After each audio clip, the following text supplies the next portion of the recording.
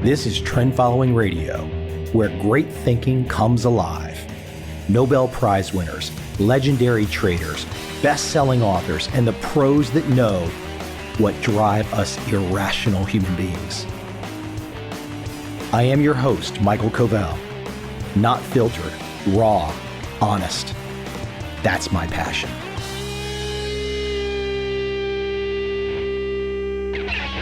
Feeling a little bored, a little down, need a little inspiration during the summer of COVID? 3 episodes for you today, going back in time. John Force, Denise Shull, and Lanny Bassham. John Force, an American NHRA drag racer, 16-time champion. The guy has won so many races. We're talking drag racing. This guy has got balls of steel. Next up, Denise Shull. She is the inspiration for one of the main characters in the Billions show. Now that's just a side tangent. Her real gig, she is a performance and decision coach for traders and athletes. And last but not least, Lanny Bassham, an Olympic gold medalist, rifle shooting. He's got the attitude, he's got the mindset that we can all learn from. Now, how diverse is this setup? Drag racing, performance coach, rifle shooting. It sounds all very different.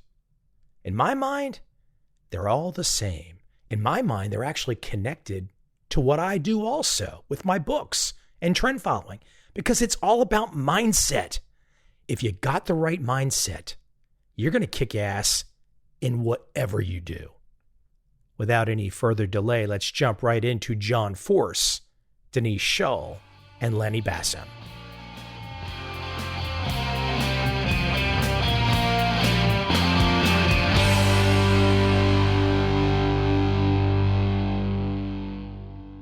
John, as I go through your background, and we're going to dig a little deep today, but I want to know right off the top, big picture, why you? What is propelled you? What is the drive? All these decades later, you're at the top of the field. What is the drive, John? What's the secret? We can translate your secret to all different types of walks of life. What drives you?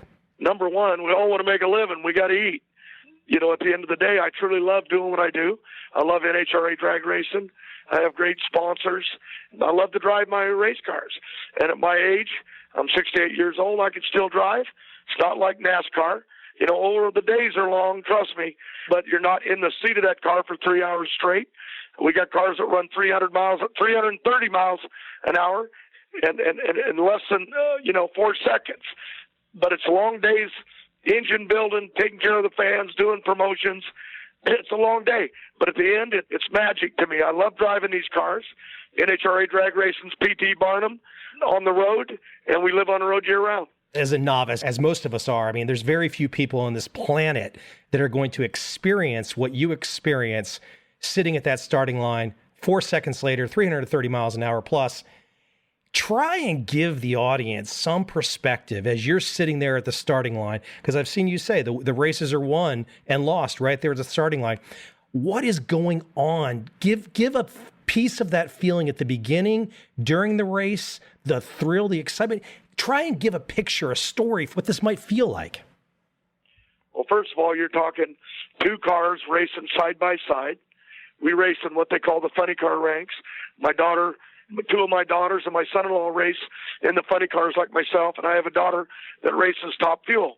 You're talking about a car that's 10,000 horsepower, runs nitromethane, has a 12-man crew that take care of it between rounds, tear it apart, put it back together, and then they give you this hot rod to go to the start line.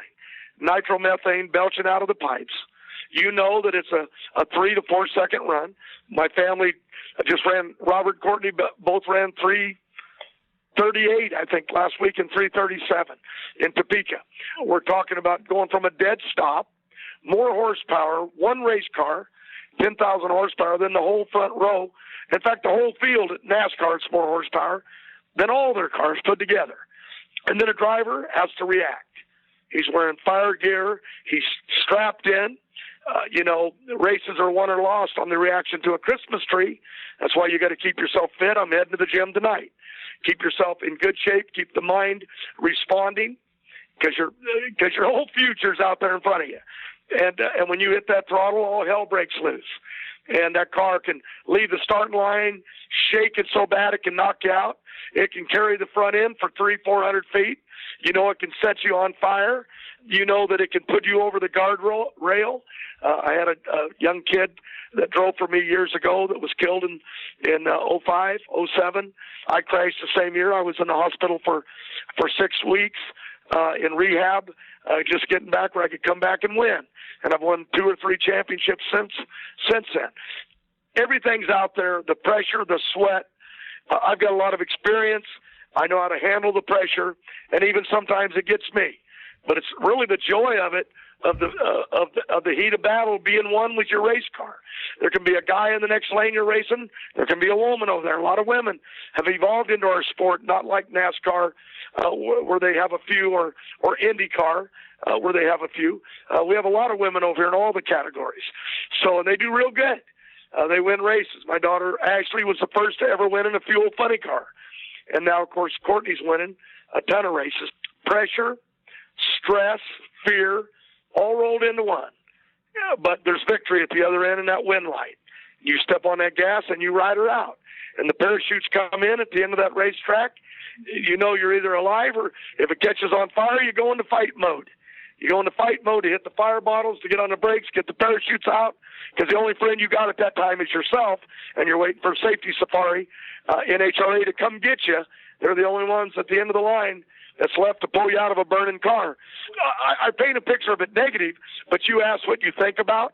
You really think about cutting the light, winning the race, getting the car from A to B, through tire shake, wheel stand, whatever it takes to get there. But all that other stuff is out there, because we always joke, not because I'm sponsored by Monster Energy, my daughter's car.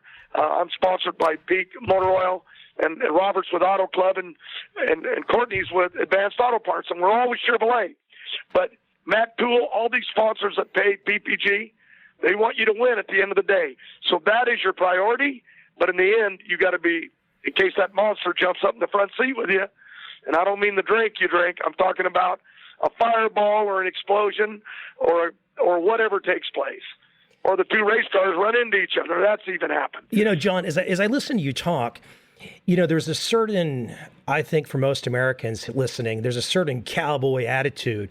But when it comes to the race, the preparation, the checklist, John Force has a system, and you follow that system like crazy, don't you? Well, you live by it. I mean, we've lost some drivers out here over the years. It's going to happen. You get run over by a trash truck. They call us heroes and superstars, but we're not like the men and women in the military and the Army, Navy, and Air Force and Marines and National Guard. Those guys go to work every day, just like the police and firemen, knowing that they have to be the first responders. They got to be there to save lives. We do this, number one, to win a race. We do it because we love it, and we do it to entertain the fans and sell products. That's what it's all about. But we also know what's out there, and it can get ugly. But we do it because we love it. You know what I'm saying? We're like a fireman. We'll jump through a burning window. You know what I mean? To hear the cheer of the crowd. A little pathetic. Firemen have to do it. Military have to do it. We don't. We do it because we love it, but they love what they do, and that's saving lives. We do it to put on a show. And every now and then we need our own life saved. Hell, I've lasted over 4 decades, and like in any sport, somebody can get hurt. This sport of NHRA, I believe, is a safe sport. Let me ask you, I'm curious, because I think in my world, there's so much talk of system, having your process that you follow all the time. Now, you don't have enough time in our short conversation today. We're going to be under an hour. We don't have enough time to explain everything that has to happen when you sit in the cockpit. But give people a broad overview of how you go down the checklist of getting everything done right before you hit the gas, before the Christmas tree comes down. Give people a sense of that. There's a lot of steps, isn't there? You've heard of a golfer that loses his swing. You've got to be in the zone. You've got to go in there when you're pulling up to put on that first bulb, to pre-stage, then stage, and then react to the amber. You don't want to wait for green or you're late. The bottom line is you go into a zone where you don't think about nothing. You take all the fear out of it. Your deal is to focus on that light, know that that car's straight, know that you got to hit that throttle on time, and you got to make magic. You got to believe in yourself. You got to believe in your team, and that's how you get the job done. I've got almost 150 wins. I've got 16 championships myself, 18 as a team owner, but I'm trained. I've always joked I'm trained like a monkey. You know what I mean? You could train a monkey to drive this hot rod if he did it for 4 decades. And I don't know if he could give a good interview as me, but bottom line, you train yourself to do this thing. And that's really hard to explain what goes through you, but you go into a zone and you don't think, you blank everything else out. The cheer of the crowd, everything, until you get to that interview at the other end. John, let me take you back in time a little bit, because it's one thing to have nearly 4 decades of experience and be at the top of the game, but it's another thing to be starting out. I mean, you just didn't walk out there and going 330 miles an hour in 4 seconds. There was a certain progression to get you where you are today. Give me maybe some story early on when you first, even your start, that experience of getting to the point where you were really competing at the upper levels. It must have been quite an education to start to move up the ladder, so to speak. It was starvation. It was hawking everything I had. It was leaving my family behind for months, sometimes driving the 18-wheeler to get to the next race. I tell people, don't do it because you want to be famous. Don't do it because you want to be rich. You know, maybe a few will make it, but the majority don't. But if you do it out of love and a passion for speed, then it all makes sense why you do it. But it has fed my family. It put my kids through college. Now my whole family works in my business. Nobody works on the outside. My granddaughter Autumn is 12 years old. She's driving a junior dragster. And my 2 grandsons, they'll either be hockey players or maybe they'll be drag racers. My daughter married Graham Rahal. He's an IndyCar driver. We're here for the Indy 500 this weekend. Who knows where the future goes? We give them opportunities, get them an education, get them through college. You know what I'm saying? And like my girls, and that's what we do. But let me tell you something. A lot of burn centers I've been in. I've been on fire from here to Australia. But I've crossed America. I know America only by the interstates. I haven't seen half the cities. You know what I'm saying? You go into town, you do a race, you're back on the interstate. Now I'm back on an airplane. My team travels with, I think, 10 or 12, 18-wheelers with Freightliners pulling them. And they live on the road. I've got 125 employees or close to it, 122, and they live it. Got shops in California and shops in Indy, and we build our own cars, build our own engines, paint our own cars. We do a little bit of everything. It's a great life. I can't complain. You know, John, you mentioned the fire a moment ago, and you made the line about I've been on fire from Australia to here. You're going to be the only person on my podcast, and I've done over 500 episodes. The first person, probably the only person I'm going to ask this question, which is, when you're on fire, what is the first thing that you've trained yourself to do when you're on fire? Well, first thing you train yourself to do is don't scream, don't open your mouth, don't suck in like, oh my God, because you're inhaling, and you'll suck fire right down your throat. I got burnt years ago because I went into panic in my early days, 40 years ago, inhaled a lot of smoke, and I talk hoarse to this day. I think it was because of the fire, or maybe just because I talked too much. The bottom line on it is that you go into fight mode. You know what you have to do. You know, you don't hit your parachutes right away because the fire will burn them off. You've got to wait for the fire to burn down, because usually it's a fuel explosion or oil, and it'll usually burn off. But if the body catches on fire, then you got to run away freight train. Now you got to get on the fire bottles. It'll probably burn your chutes off, and then you got to get this thing stopped because you're running out of ground real fast. At over 330 miles an hour, these things cover ground like you can't even imagine. On the brakes, not to burn the brakes out. Car gets hopping on you. You got to let loose of the brake, and that's hard to do under the fear of pressure. But you got to blank out that fear. But probably as much experience as I have, the fear is still there. You never get rid of it. You just know how to go into fight mode, and that's what you do to protect yourself. John, I've seen some accounts of your career early on. Maybe this would be back in the 70s and 80s, where some peers, they didn't necessarily give the best accounting of you. They would perhaps say things, and they weren't as complimentary to you, and perhaps you weren't having the success then.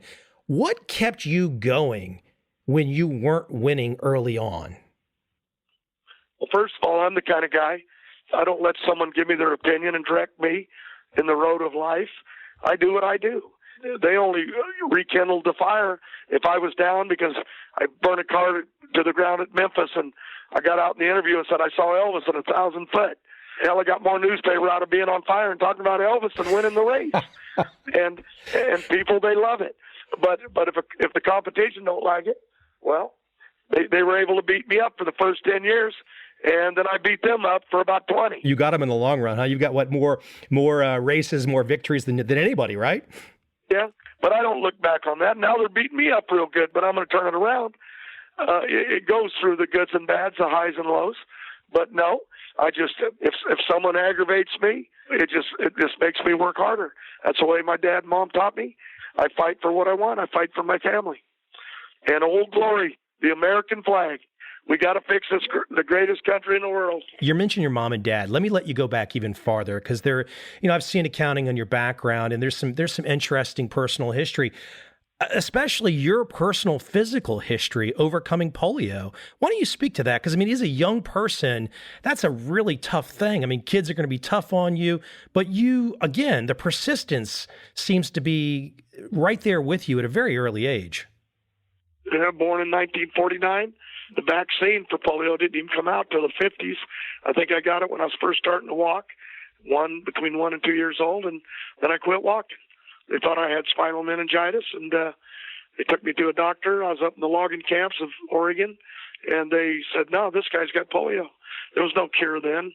Scalding hot baths with your legs underwater to get stimulation. And I went through that, and it was rough on my family. I don't even remember it. I was too small. They're doing a book on me now, and they tell about all that story. A lot of it was from my brother that witnessed it and what I went through. But, part of life, you take what's thrown at you, and you keep fighting. So now they're growing up. My mom was a cook. My dad was a truck driver. I was just a crazy kid wanting to play football, wear a helmet, and hear the cheer of the crowd and have the camaraderie of a team. And I got that in drag racing, still wear a helmet, still hear the cheer of the crowd, and still got the camaraderie of a team. Life couldn't get better. John, why has this passion that you're giving on this call, why do we not see this across America, frankly, other countries? What's happened today? What's happened to people today where they can't get excited? They can't have the passion. You're 68 years young. You sound like a teenager. What is wrong with society as a whole? How did we miss out on being, keeping that passion that you've got alive? What are we missing out on? Well, I know a lot of people, my daughters, my son-in-law, my teammates, my employees, they've all got passion.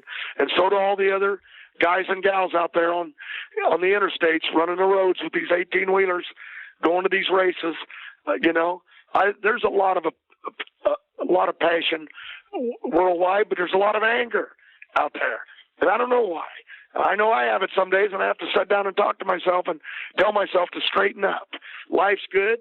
A good Lord put us on this earth, and we got to work hard, take care of our families, and try to be good people. That's what I try to do. But some days I even have problems. Some people get stuck in the mud for a long time. I don't allow it. I talk my way out. You mentioned that you're going to the gym in a few minutes. When will you stop? Is there any physical limitation that you see on yourself in the near future? Well, I'm not kidding myself. Father Time's chasing me, or I'm chasing it. But bottom line, if I don't go to the gym, if I miss the gym, honestly, 3 days in a row, I go every other day. Some days I'll go 5 days in a row. Depends on my schedule. But my doctor said you'll never recover, from being in that hospital, for almost 2 months. My body lost a lot of its memory. And you train yourself. If you were young, if you're 30, you pop right back.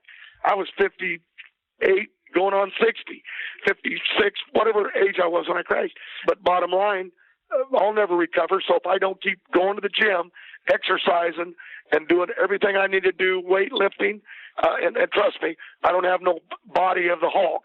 I ain't Superman, but I keep my body's memory. I keep the motion going. I know guys half my age can't touch their toes. You know what I'm saying? And I make sure that I can touch the ground every day. I don't want to just touch my toes. I want to know that I'm giving everything I can at my age, and it's tiring. There's some days when I'm done in a gym workout after 2 hours, I'll sit there for 30 minutes because it's like, man, just getting up's a job. But I love it. I keep my body in good shape. I keep my mind right, and I dream. And you get that energy up, get that blood pressure going, get off that couch, America. Don't sit there. Don't say you're old and use it for an excuse. Get up and go to work. And I know it's tough because I've had days that I remember being in the hospital crying and telling my wife, I can't do this. This is impossible.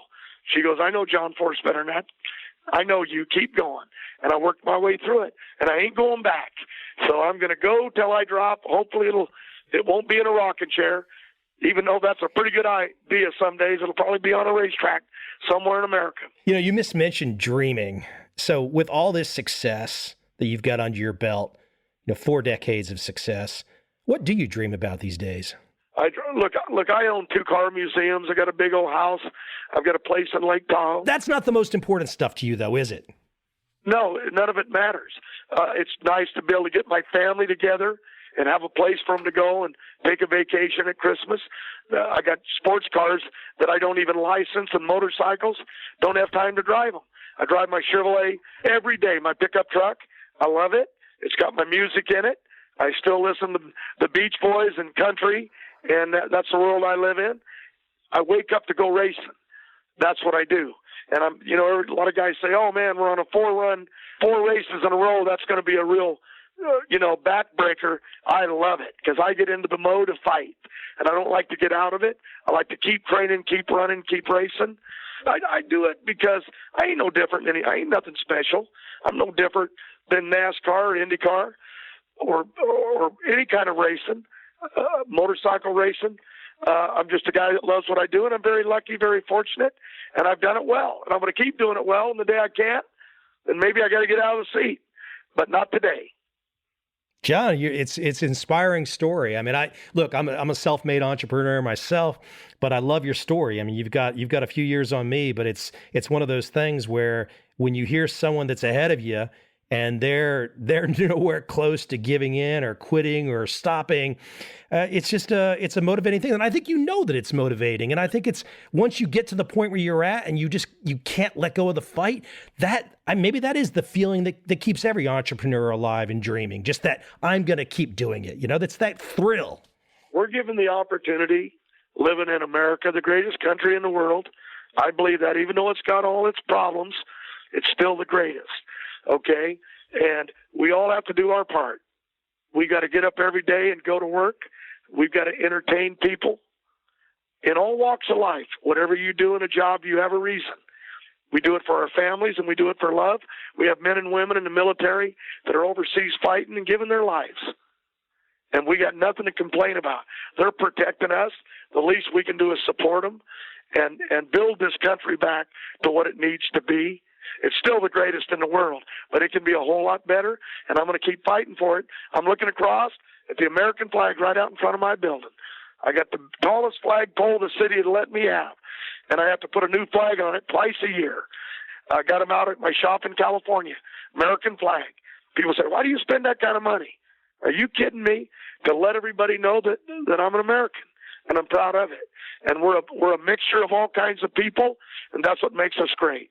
Only God knows where it's going to go, but I'm going to keep trying.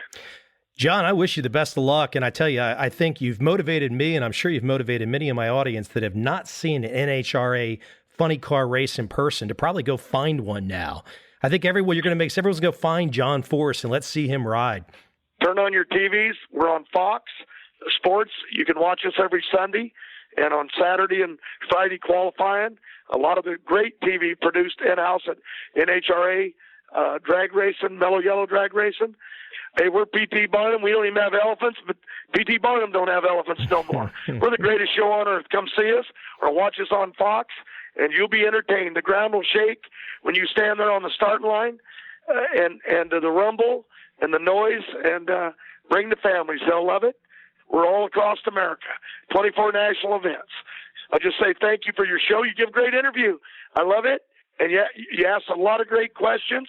Like you said, you're building your own story, and anytime you need me, all you got to do is call my PR. They'll find me somewhere. Want to be on your show. Thanks, John. I appreciate it. Okay. Thank you, sir.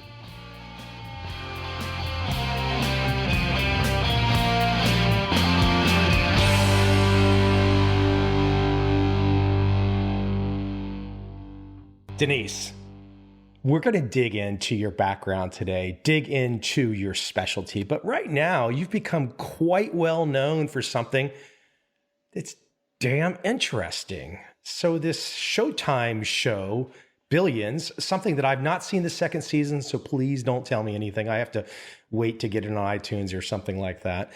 But I really enjoyed the first season, and there's a lot to unpack there. But why don't you explain how you became involved with the show? Because I believe you were offering some insights and helping to put together one of the core characters. In the summer of 2015, I got an email from Andrew Ross Sorkin saying, hey, I'm involved in this drama, and there's an actress who plays a hedge fund performance coach. She'd love to meet you. And I was like, really?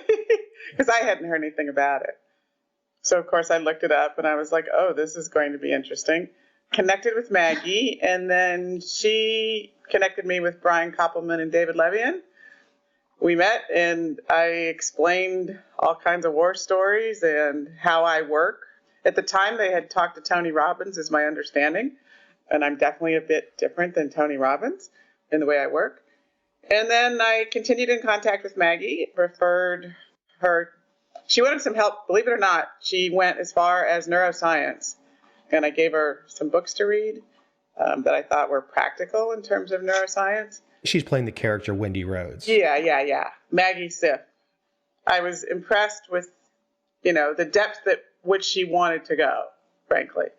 Okay, so here's the operative question. How much of Denise shows up on screen? I feel like a fair amount. Really? Explain. Give me some details. This is so much fun. Give me the grist. Well, for example, episode 11, I think it was last year, Magical Thinking. I was watching it with some people and not knowing, and they turned to me and they're like, oh my gosh, that's like you.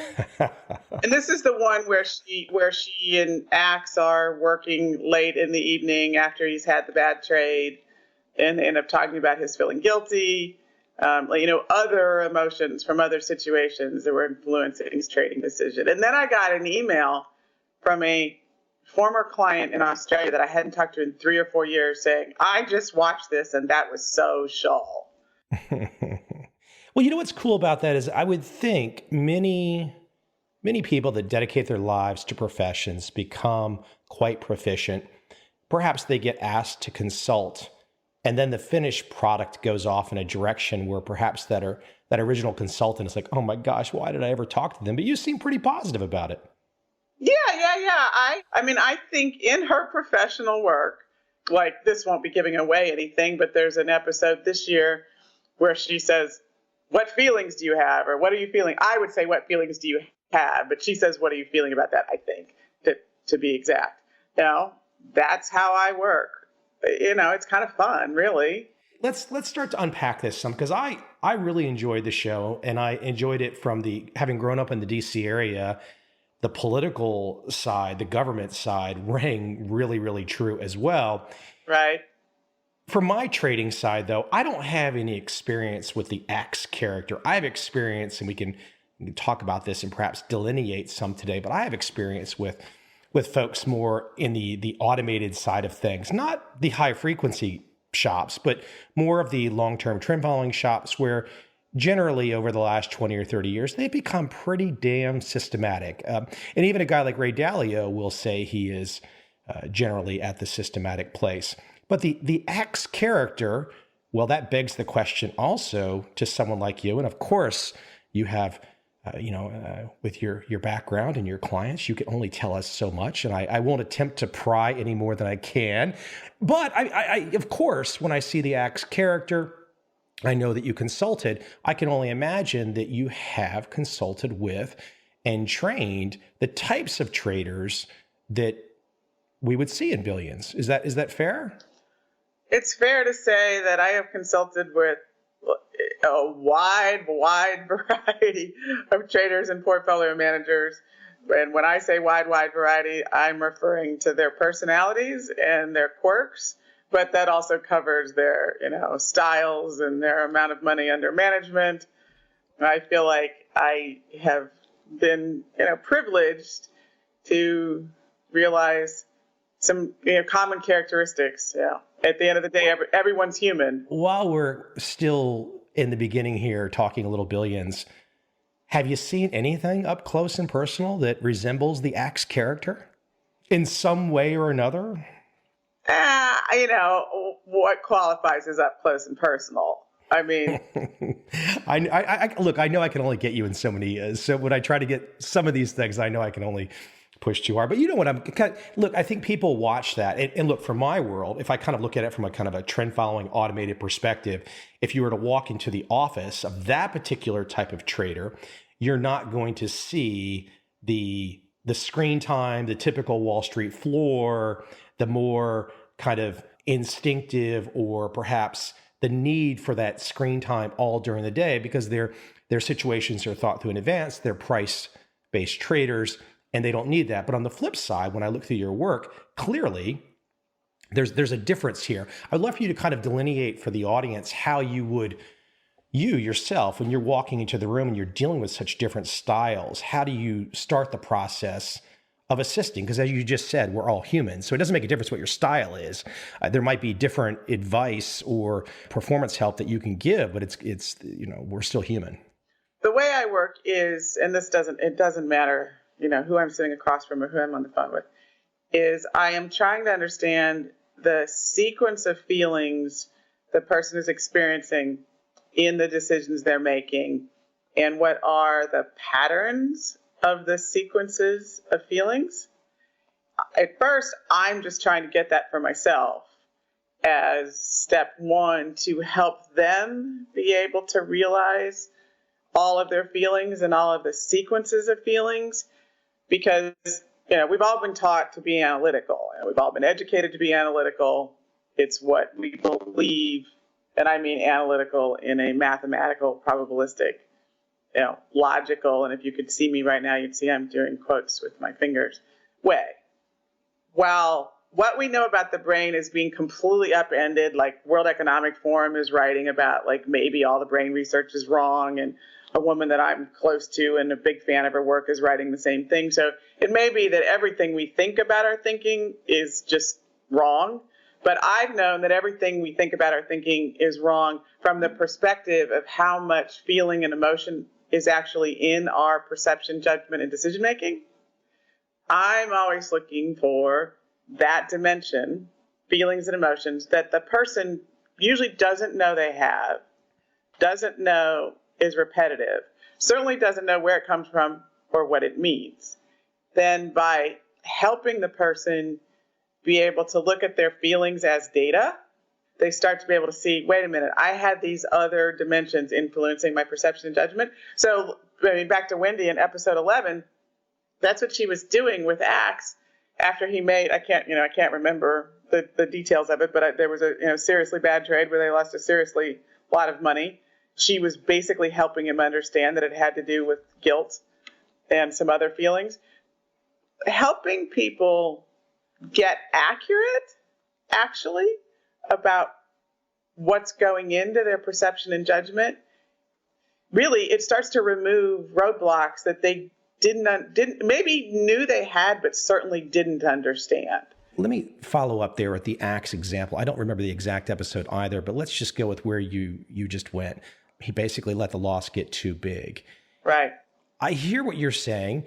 Could one say, well, hold on, that was just bad technique, not having the loss mitigation stop process set in place for... Could someone push back and say, well, hold on, one can always have the feelings, and we're all human, but is that just bad technique on his end? Well, see, that's what everyone says. the conventional wisdom is exactly that. It's bad technique, and you solve it through, improving your processes, improving your rules, following them. What happens, though, is that never completely solves them. People make the same kind of mistakes over and over. This I can tell you. Everyone that I've worked with, and this is part of being human, but I mean, it's also part of portfolio management training. Everyone has an Achilles heel. They have that market situation where they make the same mistake. And most people attempt to put process and techniques in place. Now, granted, my clients are, sort of self-selecting in a way. Maybe there's somebody out there that I haven't met, but basically what happens is people say, and I did it again. And that's when I get them, like, why did I do this again? Well, why you did it again is this dimension of feeling and emotion that you think you're supposed to set aside. You're trying to set aside when in fact you need to make overt, conscious, analyze it as a motivator so that you can both understand a feeling or emotion that's driving you to make that same mistake that appears as Achilles heel, but also so you can start to be more aware of intuitive feelings that are really unconscious pattern recognition. Technique is the standard answer, but I can tell you this for sure. It doesn't usually solve the problem. I mean, it may mitigate the problem, but inevitably people will make the same kind of mistake again. What's the aha moment that people have with you when you were able to get them to think about that feeling and I guess thinking of it as a piece of data, getting them over that hump to where they're no longer, it's not holding them captive? Honestly, I was going to say Wendy and Billions didn't quite go here, but honestly, it goes something like this. I am rationalizing getting bigger in this position because it seems like, if I liked it at 20, I love it at 15 kind of thing. And we had this long-term analysis. But really, they realize it's about proving that they're smarter than the next guy. And it's about, or something else, but proving they're smarter is a common one.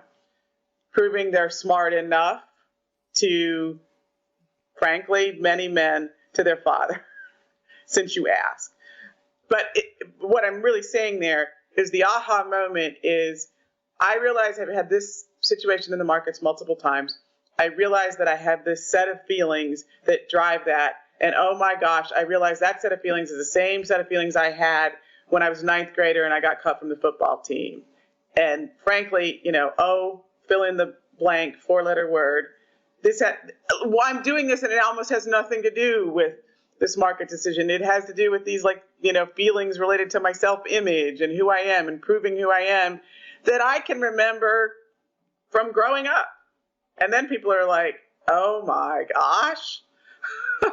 And then, well, that ought to be easy to solve because I start to see how that's not related to this.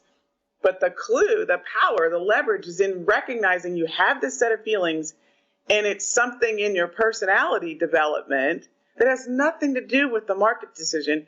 But as you get conscious of where the source of those feelings, then it's a lot easier to pull that spaghetti bowl apart. It doesn't solve the feelings, the self-image feelings necessarily at first, but it does start to detach them from the market decision. I want to dig into a lot of different perspectives that you can offer the audience, but I think it would be fun to go back in time a little bit. I'm looking at a title of your thesis research, The Neurobiology of Freud's Repetition Compulsion. So I think it would be interesting for the audience, as you're offering these great insights, to give them a perspective as to how you developed, because you had to go down a path to get to the point where you can help people. Even before, I'm going to let you explain that thesis title and perhaps to us mere mortals, bring us into where your work went with that thesis research. But perhaps even before that, what was the trigger for you as a young person that you went down this path? Was there any one aha moment, a mentor, something where you said, my gosh, the study of the mind, the human condition, behavior, this is where I'm going. I can't be stopped? first I got to say, wow, I'm impressed, because I've been interviewed, scores of times, and no one's ever asked me about that paper or how that came to be. I try. I'm 500 episodes in. I'm working at this, Yeah. No, I'm seriously impressed and happy, actually. Now, of course, in my mind, I'm sort of like, well, where do I start? Because sometimes, Exactly. Honestly, Michael, I feel like my whole life, and I mean my whole life, has contributed to me being in this position where I seem to have figured out this thing related to feelings and emotions and performance. What's the first age where you knew you were observing the human condition in such a way that you felt different, or you felt like inside you felt like you had something? I mean, were you really, really young? When did that, is there any kind of like early memory where that starts for you? There's performance evidence that it started way before I knew it. I was an only child. I was also adopted at 4 months old. I was unusually mature, like my teachers would always say, I seemed older than I was, and I could always win these contests at like amusement parks. I grew up in Ohio, and at Cedar Park, I could always get, the guys to say I was 14 when I was 12, or 12 when I was 10, or whatever. It was usually 3 years. They usually thought I was 3 years older. Then I worked at a summer camp, honestly, and I was 16. They put me in a senior counselor position, and you were supposed to be in college. And then they brought the children's home kids out for a week, and they brought me into the office, and they said, okay, this is going to be kind of weird, but we want to give you the senior high school girls, and some of them are older than you. I was like, what? So I was very honest. Like, I'm still kind of honest to a fault, and this was a Christian camp, so we were definitely like ethics was a big deal. But I basically made the decision that I was going to lie and say I was 19, because I wasn't telling these girls that grew up in a children's home that they were 2 years older than me. But we had a fabulously successful week, and it's just a point where I seem to have some understanding of human nature that honestly I think came from partially growing up as an only child with a mother who, fair to say, was somewhat self-absorbed. So I had a lot of time to sort of think. I didn't have 5 brothers and sisters. Like everyone else in my neighborhood was Catholic, these big families. And so there was and I was an early riser. Like I just had lots of time to be introspective. And I somehow think that led me to the position where people considered me more mature, or, I get children's home girls that are 2 and 3 years older than me in my cabin. But when I first really recognized that there was something to be studied and something to be figured out, was like my mid to late 20s.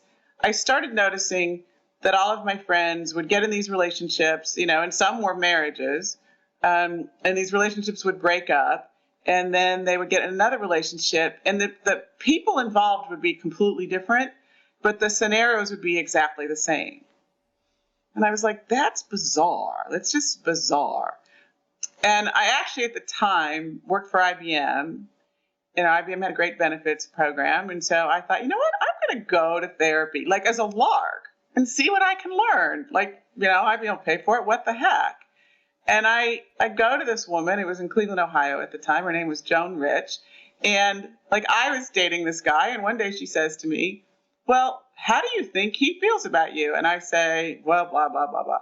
And she's like, well, it might have gone the other way around. I never remember which way these questions went. But then she's like, well, how do you think your father really feels about you? And I started to say, blah, blah. And I realized the identical words were about to come out of my mouth. And I was like, you got to be kidding me. There's a phenomenon where you think your romantic partner is the same as your parent. And like the light bulb went on. Lo and behold, I found out that Freud had identified this in 1889 or, some year to that effect. I don't know the exact year. And called it the repetition compulsion. And he has this beautiful paragraph that describes how people get in similar situations while they look completely different. And he's actually referring mainly to work situations in this paragraph. But in the end, they always end the exact same way for the exact same reasons. So I was like, that seems to be true. And I was a biology undergraduate. I'd always been really interested in what makes us tick. And again, I'll go back to that, like, lots of alone introspective time as an only child. So I was like, well, if we do that, if we unconsciously get ourselves in similar situations or recreate a situation, contribute to a situation such that it recreates a feeling, then there's got to be a template in our brain. I was actually supposed to go to Stanford Business School while I was still at IBM. I thought to myself, I don't know if I want to be doing the MBA, computer, rising the corporate ladder thing. I think I'm going to leave IBM, and this was back when it was still a great job and no one ever left IBM, and go to graduate school in psychology. And I found out that University of Chicago had this basically design your own master's program where you don't have to take two, research level classes and then get a professor to sponsor you for research. So that's what I did. And there you have. It really should be the neurobiology of Freud's theory of the repetition compulsion, but no one ever pointed that out or realized that until just a few years ago. What was you just mentioned one of the kind of the with your partner and kind of mimicking or perhaps connecting with parents, but what was some of the other research that came through that? What was some of the other insights that because that started to lay the foundation for where you've come up to today? Yeah, totally. So I'm not sure if you're referring to the master's thesis or to the actual experiences of repetition. The thesis, yeah. At that point, it was called biopsychology.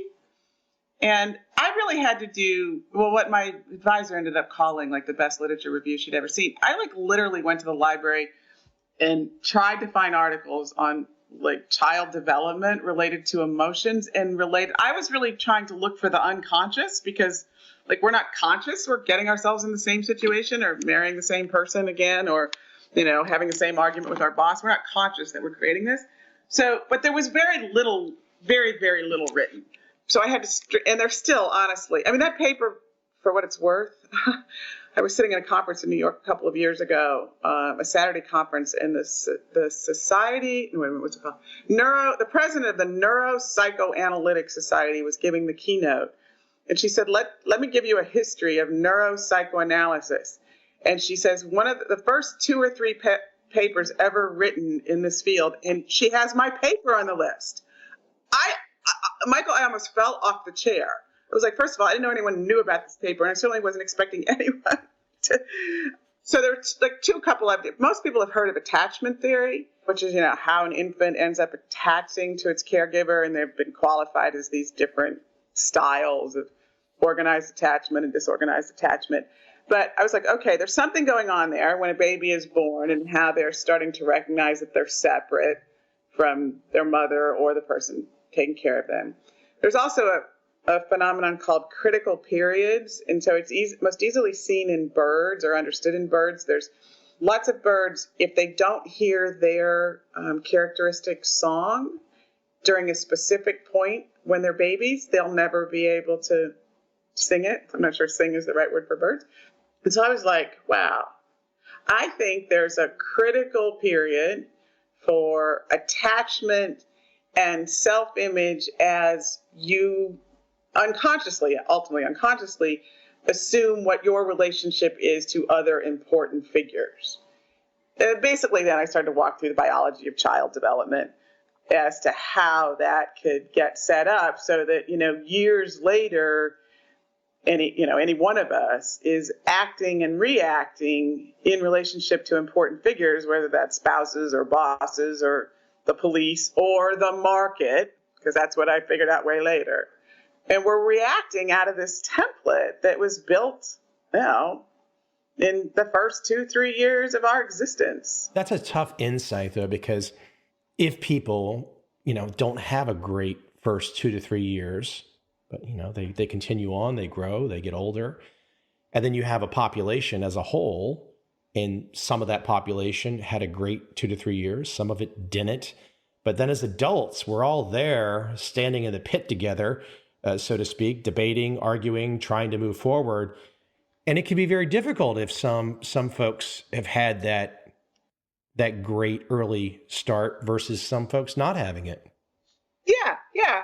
Well, it isn't to say that people they can't mitigate if they had a bad first, early life, that they can't mitigate it. It also isn't to say, people develop coping mechanisms or sometimes defense mechanisms that oftentimes serve them. So, for example, a common one with children is if things are really difficult, and the child then feels, of course, powerless because the child is powerless. One coping mechanism that people develop is blaming themselves, because actually, if you think about it, if you blame yourself for something, it actually gives you the feeling that you might have some control over it. Blaming yourself, though, can ultimately at least superficially and practically to an extent, be helpful because it can make you work harder, try harder, make you more responsible. What I'm saying is the way people react to maybe suboptimal attachment and self-image doesn't necessarily turn out to be negative. Now, having said that, though, at the worst moment, when provoked or when challenged, extensively by the market, you might see some sort of patterned reaction that could be untangled if you could connect it to the person's feelings about who they are and what their place in the world is and how they relate to people or situations of authority. Let me bring you to the markets. How did you enter? What was you're going down this one path, and it doesn't sound like, you can correct me if I'm wrong, it doesn't sound like you were going down the markets and money path and billions, No. So what was the trigger? What was the crossover for you? Well, I was in Chicago, going to the University of Chicago and working out at East Bank Club in Chicago, and I played beach volleyball with a group of people, and a couple of them were floor traders at the SIBO. Hold on. I hope people are making notes right now that if you want to end up at some point in time for the next Wall Street series that will appear on a cable channel, you start at the beach volleyball right? I mean, this is life. Life is great, huh? Continue. I'm sorry to interrupt you. Yeah. So one of my friends in that volleyball group said to me at one point, he'd said to me, I think, I was fascinated by his trading. For one thing, I was fascinated by his trading. And I would ask him questions about you go down there in the morning, and you make $10,000 and you come home at 2:00. How does this work? And he had sort of teased me, well, you should come down there. And I'm like, not a chance. And then the SIBA or Board of Trade introduced a weather futures seat. And he tried really hard to get me to buy I say weather futures seat because I was like, what the heck is that? This makes no sense to me. Now, probably related is my father was a very consistent investor. He literally never sold a share of stock, but he consistently bought stock and tracked the market, as did my grandmother, even though she had been single, unmarried. She divorced her husband in 1932 in the middle of the Depression with 2 young kids. But anyway, so I had this kind of point being I had a family that paid attention to the market. So there was some sort of sometimes I feel like I ended up in the family business, even though we didn't really have one. But anyway, so Mr. Weather Futures seat, when I was finally writing my master's thesis, he was approached in the summer of 1994 to go upstairs in one of the first upstairs trading firms, meaning trading on screen. But of course, you didn't get intraday P&L. And he and his buddy, who were going to one of these first prop firms, so to speak, said, okay, we'll make you a deal. If you come, while you're just writing that silly master's thesis of yours and thinking about whether you're going to get your PhD or not, how about you come keep track of our P&L intraday and we'll teach you to trade? And I was like, oh, all right, this sounds interesting. And sure enough, within a few months, I had actually joined the firm as myself and stopped keeping track of their P&L intraday and learned to trade from someone named Bob Cantor, who had actually come to Chicago from New York to start this prop firm. Then I went to Schoenfeld for a little bit to learn momentum trading. And my PhD obviously went by the wayside. And I just started reading, Mark Douglas, Brett Steenbarger, Alexander Elder, All the Trading Psychology Out There, and Market Wizards. I can remember going home on Friday night and saying, I don't need to go out and, out and party with you guys. I'd just rather go home and read this book and have a glass of wine on my couch. So I was totally fascinated by the psychology side of it. In that first prop firm, we had all sorts of different styles, from really short-term momentum to scalping utilities to relatively long-term illiquid stocks. And I was trying to figure out what is this? And how are you successful in this? And how do these guys take these different approaches? And truthfully, I didn't understand it. And it seemed like that interesting, fun master's thesis was just this expensive diversion that I had, and it was never going to be anything more than this expensive diversion that I had. I don't say it as a sad note, because I had pleasant conversations with him, but I had tried for years to have Mark Douglas on this show, and he finally had finished his newest work and had committed, and then unfortunately passed away. I was so disappointed. He was so particular in the sense that he didn't want to come out before he was ready, and I kept trying, but I sat down with him in 2005. I actually hired him when I was trading. And I later actually hired Ari Keefe too, when I came to New York to run a trading desk. But I got back in touch with Mark when people started to ask me to coach after my first few articles and my first few talks. And frankly, then I was studying in a psychoanalytic institute in the evening when people first started asking me to coach based on these articles. But in any event, I sat down. I had the opportunity to see Mark in Las Vegas and sat down with him, and to hear him talk about the blood, sweat, and tears that he put into those books. I mean, he and I, if he were alive today, we wouldn't agree on everything, but I had such respect for him because it meant so much to him to get it right. And I feel like part of the difference is that I just had the advantage of having more neuroscience. Maybe I had the advantage of being able to have insight that wasn't available when he was first writing. Let me tear that apart a little, because we've talked a few names here, and you've drawn some lines, and you mentioned Anthony Robbins earlier. I would share an experience that I had right around 1994. I had picked up Anthony Robbins' Unlimited Power. I did not read the whole thing, I don't think, but I read the part about Steven Spielberg going to the Universal lot, and that motivated me to ultimately, around that time period, 1994, to literally go knock on the doors of the Market Wizards that we were just talking about for that particular book. And it was that he kind of gave me permission that was okay. So I know Anthony Robbins does quite a few things, but for me, that one little particular piece of insight, to go find the best and try and model the best was very clever advice. I don't really know a lot of people that do that I talk to. I still think it's great advice for me in particular.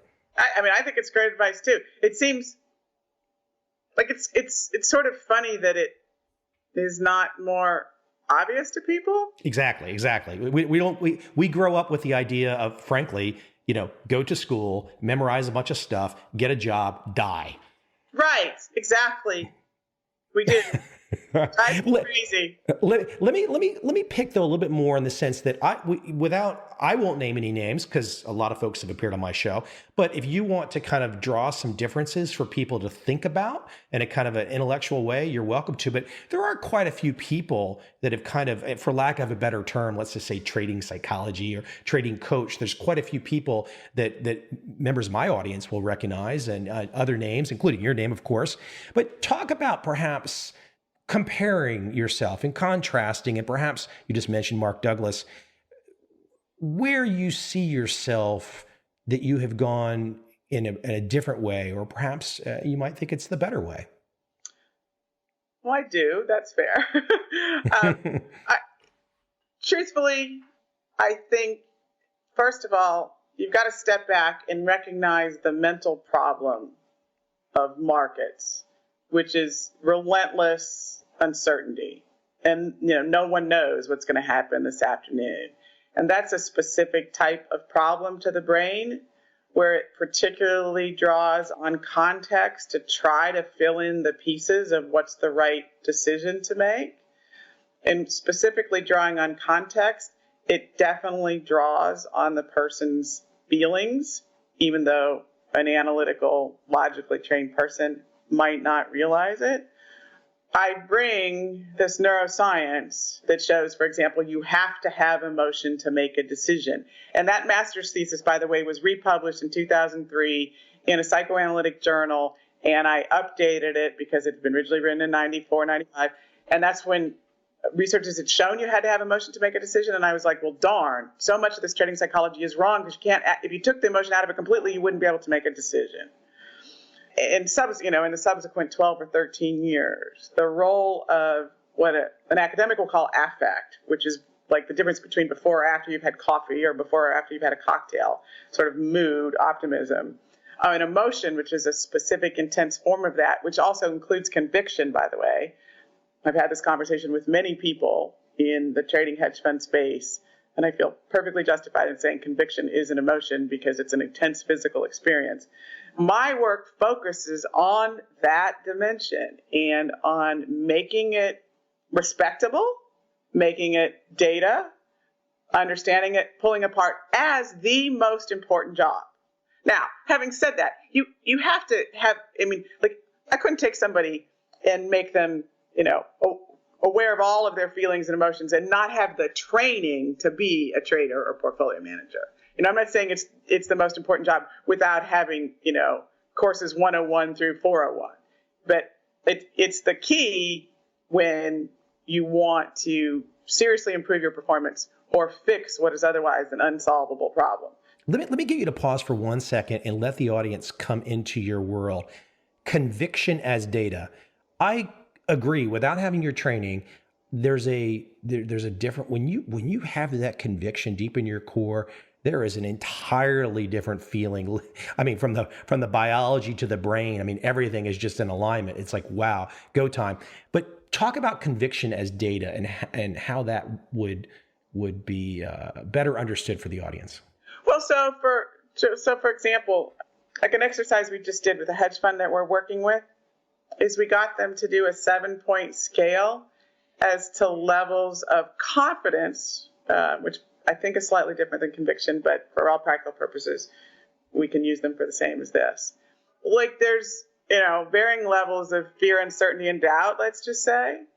For them to be able to decide jointly among the analysts and PMs on a scale they're going to use to describe their varying levels of fear, uncertainty, and doubt on the road to confidence and conviction, develop a language around the words of doubt or concern or panic or anxiety, and start to fold the question and the usage of those words into their analysis and into their conversations.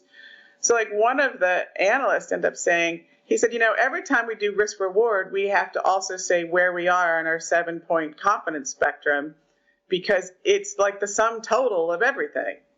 And we need to track how it changes, because basically, let's say you're confident and then you become somewhat concerned.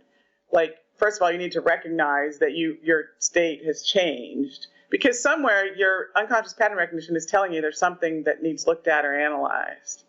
And if you then are explicit about it, and you can say to your colleagues, I'm moving from concerned to nervous, then you can help each other ask questions about, okay, what piece of data or what event did change where you are in that spectrum, and what do we need to do to either resolve it or to dig deeper into it in order to resolve it, or if we dig deeper into it, what does it say about being in the position or position sizing? Can I think of it this way? A volatility measure like ATR, okay, there's a number. Conviction as a number, instead of letting conviction be a feeling that's bouncing around in the 6 inches between our ears, you want to get it out of just that internal process and get it to something where we can kind of look at it and measure it. Absolutely. That's exactly it. Well, then I'm a good student today. or I'm so deep in the weeds that I forget to make it accessible. Well, no, I think it's just. I mean, not that you're not a good student. No, I just, just trying to bring it out and say it in a different way and make sure everyone's following along. I mean, I kind of get instinctively where you're going. It is kind of, for me, even it's an aha moment of like, okay, wow, I could, everyone listening, whether they're trading or not, could start to think of, and of course they can go follow your work and read your book, look at your research papers, but the idea of taking what's inside, the feelings inside, and taking more control of them, and not control to try and make them go away, but to at least to analyze them in terms of where are they on the spectrum? Are they cold or are they hot? To use them. Okay, technically in science you can't prove anything, but like we're pretty sure the sun rises in the east. The point being, like, I'm really sure that from a brain perception judgment point of view, what you feel, and that can be just as simple as, can you feel your heart rate, to you feel extreme anxiety or frustration or conviction, and wherever you are on that continuum, there is information in there. Basically, none of us have been taught to think about it that way, and we certainly haven't been taught to look at it and analyze it in any way. And I can tell you, those people who do, there's alpha in it, there's market performance in it, there are fewer bad decisions because you end up being able to mitigate working out your personality in the market, and that actually opens you up also to better intuitive feelings. And that reminds me of something I wanted to say. A moment ago, you said something like, you got this instinctively. I can tell you and I would not be sitting here if it weren't for 2003, 4, 5, 6, when I first started being invited to write or speak about it. And, lots of people in the audience saying, oh my gosh, like I finally make sense to myself.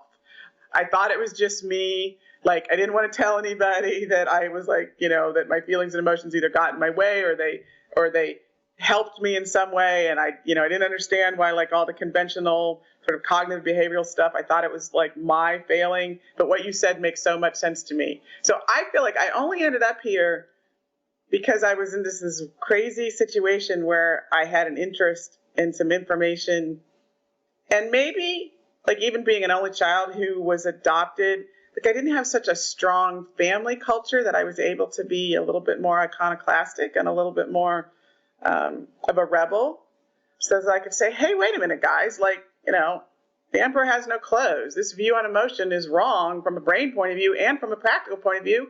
And when I talk about it, so many people say, yeah, it resonates and it makes sense to them. I have one big topic area, which is kind of somewhat in the same topic area where we've been going.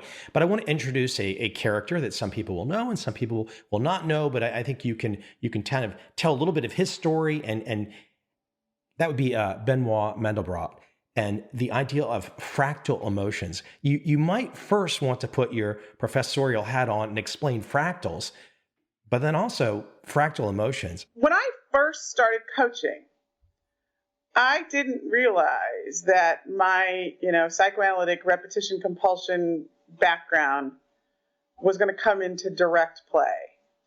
But I would say, I had my first clients in 2003. By sometime 2006, I can remember one client. It was so obvious that they were repeating their life story in the problems they had in the market. Which, by the way, the guy he was trading on the floor, CVOT, made a bunch of money every morning. Forgive me, the other way around. Lost a bunch of money every morning, but would always make it back.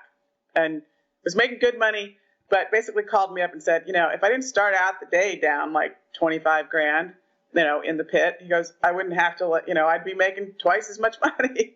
Why is this? And it turns out he was born to a mother on welfare. He had this sort of rags to riches story, and we kind of figured out he was just repeating his whole life in everyday's trading. And once we unraveled that, he stopped doing that. But fractal emotions. So by the time it came to write my book, and I was trying to think more and more deeply about this and how to describe it, I had come across the concept of fractal, which is patterns repeated on different scales, And the easiest way for people to think about that are stalks of broccoli or tree branches, where, one little small piece of broccoli really looks the same as the whole head of broccoli. It's just a different size. And one little set of tree branches kind of looks the same as the whole tree, just a different size, or to use the technical term, scale. I studied fractals from a market price, repetition point of view. And I learned that Mandelbrot was basically the founder of, or the person who originally recognized them. I mean, there's some argument about that, but basically Mandelbrot. And it just hit me. I was reading some of Mandelbrot's work when I was writing my book, and I was like, wait a minute, that's what these repetitive emotions are. It's the same. You have this little pattern like you have in the little tiny piece of broccoli, and it gets, reapplied at a different scale in a different situation, but the core pattern is there. I honestly believe that what Freud called the compulsion to repeat, what I will tend to call repetitive emotions, that they are fractal, just in the same way broccoli is or a tree is. Now, I think in a human being, it's an opportunity to optimize. Like part of it happens because you learned it, but it also gives you an opportunity. The discomfort of it gives you an opportunity to say, okay, what do I want to untangle about this pattern? I find Mandelbrot a fascinating guy, and I'm kind of late to the party on him too. And in fact, I would be curious your view, for example, when it comes to markets and money. He was one of the first to be saying, this efficient market hypothesis might have some holes in it. Yeah. What your perspective there on his perspective? Well, clearly the efficient market has some holes in it. But you say clearly, hold on. There's a lot of people at the University of Chicago that might say, hold on, Denise, we don't think so. But there's a lot of people at the University of Chicago who would also agree with me. That's a big thing at the University of Chicago. The efficient markets crowd versus the behavioral finance crowd. Yes, with Dick Thaler and whatnot. Yeah. And like if you're in the business school, you're sort of, whose camp are you in? For me, I look at it and I say, hold on. The efficient market hypothesis theory, when they attempt to explain October of 2008, it just falls down. I think it falls down like a lot of the time. It's helpful. Like if you're going to research something, you have to put some stake in the ground and have some cornerstone to work with, which in a lot of ways is what the efficient markets hypothesis is. But then at the end of the day, you got to say, okay, my research sprung from this foundation, but this foundation also cast these questions as to the results, and that has to be reconciled. And in a way, Harry Markowitz of, what's his paper? The one that won the Nobel Prize. The one won the Nobel Prize. Yeah. I don't remember the name exactly either. Yeah. And I'm friends with Harry. Yeah. Well, you could ask him, but he will tell you, and it's very clear to see, and I have this in a lot of my presentations, it might even be in my book. The very first paragraph of his paper says, figuring out what you believe is step one. Then figuring out how to apply it is step two. Allocating assets based on what you believe is step one, or step two. Confused myself. The net of it is, Markowitz says that you have to figure out what you believe is step one, and the paper does not cover step one. He says this paper starts at step two, and I'm not qualified to speak about step one. And then at the end of the paper, he says 3 or 4 times, remember to go back and try to understand step one. This paper's focused on step two. I don't think he really likes the idea that his work was, and I'm paraphrasing a little here, his work was taken into a certain direction, which is essentially now, people out on Wall Street will say, well, Harry Markowitz's work, this is the foundation of everyone should be in a passive index and nothing more. Right. I don't think he concurs there at all. Yeah, I can totally believe that. Yeah. Yeah. I have to tell you something funny. When I interviewed him for my film years back, and then a documentary film, and then I had him on the podcast a few years ago too, and it was so great. I don't know how old he is today. I should Google it, but he's over 90, I believe. Yeah, but he's 90. It's so fabulous. I call him up on the phone, and he answers the phone. It's like, And you can hear this in the podcast. It's like, hello, this is Harry Markowitz. You're just he sounds like he's 16. Yeah. Oh, really? Oh, that's great. I'm so glad to hear that. I mean, things will change. Of course, it changes for us all. But I don't think I've ever heard someone that pepper over the age of 90. So fabulous. I love that. That's inspiration. Yeah. Hey, so Denise, let me. I can't keep you, but I do want people to check out your work. Market Mind Games: A Radical Psychology of Investing, Trading, and Risk. It has been out for a few years, but people should check that out. Where else can we send people to check in on you and your world? Well, I haven't had any time to update my blog in months now, but I do have a blog on the rethinkgroup.net. I do have a newsletter that I also haven't had any time to write. Last one I wrote was during the World Series last year, but I'm committed to fixing that over the summer. Basically, if people want you, they have to really want you, and they have to come find you somehow or another, and then they might get a hold of you. Something like that? Well, we do try to answer all the contact us requests that we get. I did literally just yesterday hire an assistant. Hopefully it will get better. We have, we've also taken on some athletes. We're working with the U.S. Olympic border cross team, which is snowboard racing. That's contributed to the backlog is on our to-do list. And that's a whole different conversation, how trading psychology, sports psychology does not apply to trading psychology in many ways. Basically, the short version of that is that you can make something happen in sports, and in the market, you have to sit back and interact with it more like sailing or surfing. And that creates two totally different mental problems and two totally different set of feelings that you need to understand. I watched the last, 7 or 8 years of Tiger Woods. Clearly, he's been dealing with all kinds of injuries and all kinds of surgeries. But it does also look like there's a performance coach need there. And this is me on the sidelines critiquing perhaps one of the best golfers ever. But it is quite interesting to watch somebody who is at such a high level then just literally fall off the cliff. And, again, there's injuries involved there. He's had multiple surgeries, but you have to think that the mind part, for him to be so locked in for so long, and then to kind of not be locked in, it's pretty crazy to watch as an outsider. In 2011, I had the opportunity to golf in a event where the LPGA was with us. And so we had fivesomes and every group had an LPGA player in it. And a woman told me about the performance coach she had hired, which was the same one Tiger Woods had hired. She described it as very cognitive and very thought-based. And frankly, I thought, I don't know if this is going to work. Yeah, the feelings are all wrapped up, but it's great to go the thought direction, but you got to get the feelings direction going the right way too, huh? Well, he had that. He used to show his frustration, and that actually helped him. And then he got a lot more decorum when he came back from. And I would submit that did not help him. Yeah, well, you know what? We'll circle back here in the time to come, and maybe go the sports direction as your firm branches out. I think it's really interesting stuff too. Denise, is there a particular website, a URL where we can send people? Yes, it's the Rethink Group, and it's .net.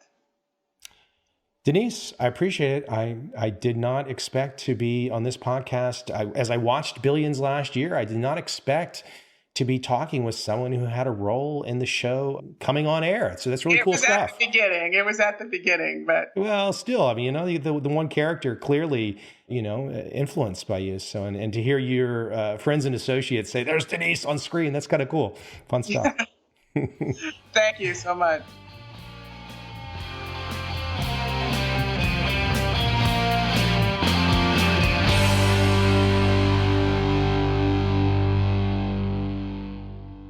So Lanny, I've been doing my podcast for several years now, 500 episodes almost. I've had, I think, 5 Nobel Prize winners. I believe you're my first Olympic gold medal champion. So I appreciate you taking the time today. Oh, I'm happy to do it. Let's go back in time a little. I think you have a great story, and I think it'd be a fair way to say it, that it's a great underdog story, and an underdog story overcoming every obstacle to get to the highest point. a lot of twists and turns there. But I would love for you to take me back to you as a young guy, a really young guy, because I think you have a great story about when you were a youth and perhaps the teacher talking about getting a gold medal and some of the other kids talking about who in the class might get a gold medal. And I don't want to give too much away. Why don't I let you tell that story? Everybody has a kid in school that they don't want on their team. And that was me. I was arguably the worst athlete in school. I was slow, short, uncoordinated, kind of the smallest kid in school for the longest time. I mean, I played alternate right field in Little League Baseball. I mean, if you play baseball, that says it all. I mean, you put your worst player out there, and I couldn't make that team. I was, I think in the 6th grade, when we were studying Olympics in school, and the teacher made the statement in class, you know, it's possible somebody in this class can be Olympic champion someday. I wonder who would have the best chance. And this little boy sitting next to me jumps right up and says, "Teacher, I don't know who'd have the best chance, but I know for sure who'd have the worst chance, Lanny." And that was kind of a turning point in my life, because is that who I am, or am I somebody else, or what can I do about it? I was a little miffed, and I go home and tell my parents about that. My father was a military officer, kind of a tough guy, a battlefield commission in World War II and all that. And he just told me that I hadn't found anything I was good at yet. And my mother, on the other hand, she said, "Oh, Olympics, huh? Well, you want to find out about the Olympics? Let's go to the library." So we checked out all the books about Olympic champions, and I started reading these books. And I found out that every single one of them had obstacles. Wilma Rudolph had polio as a child. I was told she would never walk, and she ends up winning 3 gold medals in track. And all of them kind of had a message that ran through there, that what the world thinks you are is maybe not who you are. It wasn't long after that, a friend of mine invited me to a rifle club meeting. I had no idea what that was about. I mean, none of the books that I was reading had anything about shooting, and we didn't have any guns in the house and everything. I asked him, I said, "Well, tell me about rifle shooting." He said, "It's an Olympic sport." And I said, "Are you sure?" Because I hadn't seen anything about it. He says, "Oh, yeah." He says, "It's been in the Olympics since the modern Olympics started." And I said, "Okay, how tall do you have to be a rifle shooter?" "Well, you don't have to be very tall." I said, "Okay, how strong do you have to be?" And he said, "Well, the rifles aren't that strong." And, "Okay, how fast do you have to be a rifle shooter?" He said, "Why are you asking me all this?" And I said, "Well, it's Citius, Altius, Fortius. That's the Olympic motto, stronger, higher, faster." He says, "Wait a minute, you don't understand." He says, "In Olympic rifle shooting, to be the best shooter in the world, all you have to do is stand still." And I thought, well, maybe I can do that sport. I said, stand still. So I went to the rifle club meeting. They let me shoot, and I was hooked from the very beginning. It was a great thing to find that. They had this one weekly program. My father took me, and that's all I talked about all week long was going back to the rifle club meeting. And I was about to meet my first obstacle very quickly, because when we go back to the rifle club meeting the next week, the guy running the program gathers us around and says, "We got some bad news. We're not going to be able to shoot tonight. As a matter of fact, we're not going to be able to shoot at all. We have a problem with the range. We're closing the program down. It's over." And I'm walking out of there with my dad, and I look up at him and I say, "I think this is the most disappointed I've ever been in my entire life." He said an incredible thing to me. He said, "I don't want you to worry about this. I'll take care of it. I'm your dad. I'll pick you up from school in a couple of days, and give me a couple of days to figure this out." So a couple of days later, he picked me up, and he had got the keys to an indoor range nobody was using, and began to teach me how to shoot. And 15 months later, I'm national junior champion with a rifle in my country. Let me go back to something, though, that I think is really important. That other classmate of yours that made fun of you. Now, I was one of these guys also that was not that great of an athlete early on as a baseball player, and I kind of overcame. And, as a 12-year-old, I wasn't very good. They put us on the big field at 13. I started to become much better. And I had a lot of that same kind of stuff probably come at me as a young guy, too. How did you really feel, though? I mean, you clearly, some people could hear that and perhaps get beaten down. How did it phase you emotionally, or did it? Or did you just say, you know what, I'm going to prove everybody wrong? What was motivating you from that moment? Oh, I mean, I think the first motivation I had was, I think what most people would do. I was offended. I was offended that he would say that. But then I started realizing he was absolutely right. There was nothing that I was doing that, by the standards of the sports that are common in high school or in school, period, there was nothing that I was contributing or doing that was going to get me anywhere, because I was slow and I was short and I was uncoordinated a little bit. It wasn't that I didn't hustle, and I showed up on time, and I worked as hard as I could. But I'm never gonna compete with a guy who's tall, strong, and coordinated in a sport where those kind of talents are demanded. I think what my mother was trying to get me to see was that obstacles sometimes lead to opportunities. And that's exactly what happened to me. It was fortunate that I was approached by a rifle program by a friend of mine. It makes you wonder sometimes if life doesn't have some patterns out there, that obstacles happen, but also opportunities happen. When my father started coaching me, he didn't know anything about target shooting. And so he had to find out about it. And he found out there was a marksmanship unit in the base that he was stationed at.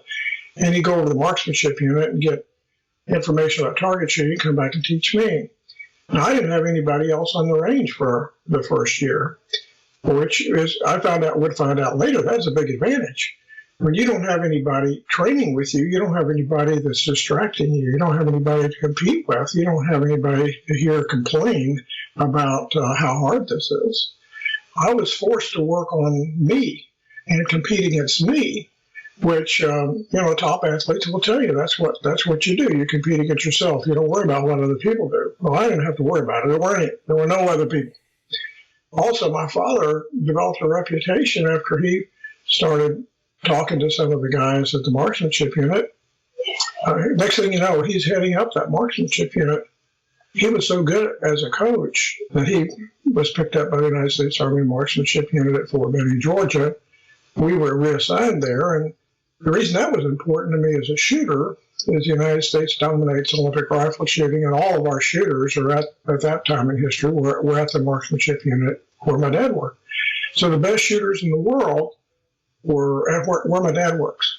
So I had an opportunity to meet those people and find out exactly what was it going to take. And all of them told me the same thing. You go to college, you get a college that has a shooting sports program, you take ROTC, you make All-American, and when you go in the Army, you go to the Army Marksmanship Unit. They provide you with the resources necessary to compete, and that's exactly what I did. When you mentioned that you really went in 15 months to be a national junior champion, can you speak to the amount of practice that you were putting in every day, and how old were you at this time exactly? Well, this was 13 and 14. This is the period of time I won my first national championship at, I'm not sure if I was 13 or I'd have to look that up.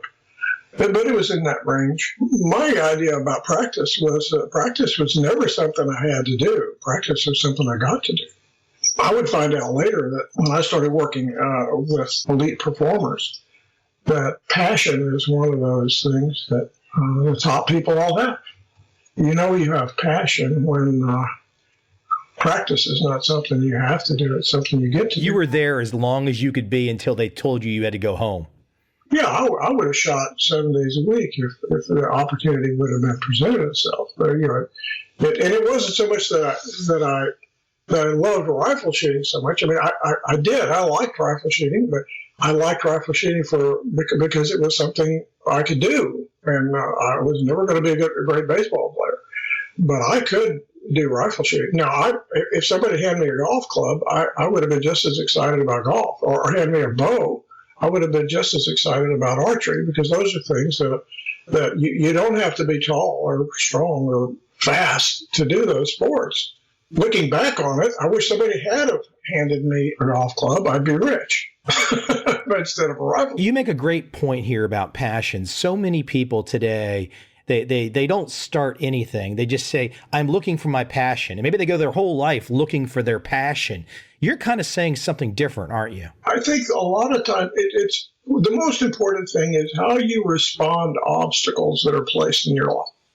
If you really think about it, most of the time in our lives, when we're handed an obstacle, there's really an opportunity there. Most people choose to take the obstacle as something that's happening to them. Now, if you look at my life, the times when I thought something was happening to me, in reality, something was happening for me. For example, if I'd have been even an average baseball player, I never would have won a gold medal in the Olympics. If that kid had not said that in that class, my Olympic dream was born that day. Okay, it's another class about the Olympics, so what? I wouldn't have read those books. I wouldn't have been inspired. If my father hadn't have extended, if I'd gone to the Rifle Club meeting and say, well, it's canceled, and my father had simply said, well, too bad, why don't you try something else? But he didn't. And the fact that my father ended up being my coach instead of the guy that was there was a huge benefit because he got us to Fort Benning and got me in touch with the best shooters in the world. So my first year of training, there were no other shooters on the range, and then all of a sudden we moved to Fort Benning when I'm not seeing any shooters my first year, but we get to Fort Benning now. I'm palling around with the best in the world. The serendipity of life, huh? Oh yeah. You just can't look at everything that happens to you. Well, let's take my story one step further. I get to the Army Marksmanship Unit. On a team, there's 22 guys on the team, and there's 6 world champions on that team. I mean, they really didn't need me coming out on the team. And the coach told me, he says, we have this little war in Southeast Asia, and a lot of pressure on us to cut our team size back. And so I'm going to have to cut the team. And unfortunately, I have to cut the new guys and keep the veterans unless you can beat the veterans. So basically, you've got 6 months to be in the top 4, or I'm going to cut you. So I had 6 months. So what do you do when you have to go around 3 world champions to stay on the team? Well, you get to work early. You stay late. You shoot more shots than anybody else. You ask more questions than anybody else. You develop a work ethic. I developed that work ethic. It got me in the top 4. It gave me an opportunity to stay there. And that work ethic managed to get me world ranking, but it didn't allow me to win tournaments. For the first 3 years on the U.S. team, I don't remember winning anything. I mean, every time I'd shoot a great score, one of my teammates, who all had world titles and Olympic medals and things like that, they would beat me. And finally, I make an Olympic team in 1972, and we had to only take 2 shooters from each country are allowed to go to the Olympics. So I managed to get the second slot. My teammate, Jack Ryder, was world champion, reigning world champion, held the world record. I'd never beaten him. But in practice, my practice score started surpassing his. So we go to the Olympics in Munich in 1972, and I'm thinking I've got a really good chance to beat him. He's not worried about anybody in the world but me. And I'm thinking the pressure's all on him because he's favored to win. How old were you when you got to the 72 Olympics? Oh, I don't know, 24. Okay. Like that. I want to have some perspective so people can follow your story. Maybe 25, something like that. That in that range. So we're in Munich. I'm thinking he might choke. I got in a competition, and he didn't choke. I did. And I didn't see that coming. And I lost more points in my first half of my program than I normally lose in an entire program. And it wasn't until I lost so many points that I thought it's impossible for me to medal. The pressure was gone, and then I shot great. And I realized that, I know why I haven't been winning. I don't have a mental game.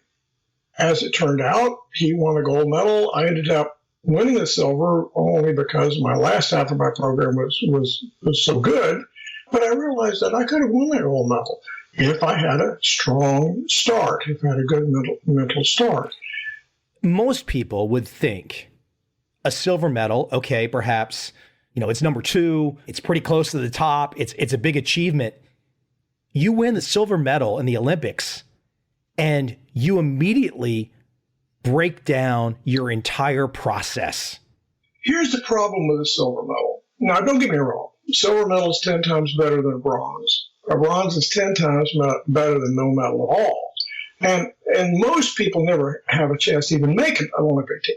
So I'm not putting down any silver medalist in the world, believe me.